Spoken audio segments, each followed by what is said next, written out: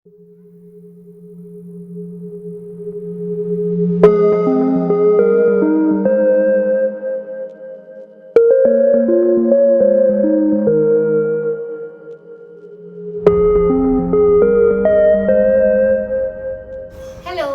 आज मैं बनाने जा रही हूँ बच्चों की सबसे मनपसंद चीज़ और वो है प्ले हाउस।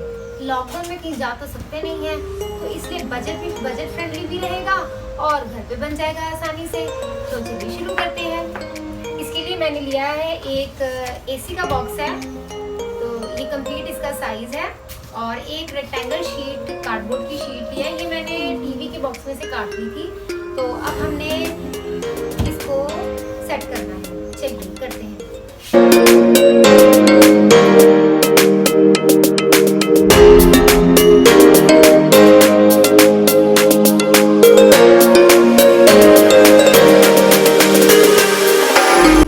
अब हमने इसे जोड़ना है यहाँ से यहाँ, लेकिन उससे पहले हम यहाँ पर पेपर की स्ट्रिप लगा देंगे ताकि जो कार्डबोर्ड है यहाँ पर इजीली स्टिक हो सके, ताकि हमारा स्ट्रॉन्ग बनेगा प्ले हाउस। ओके,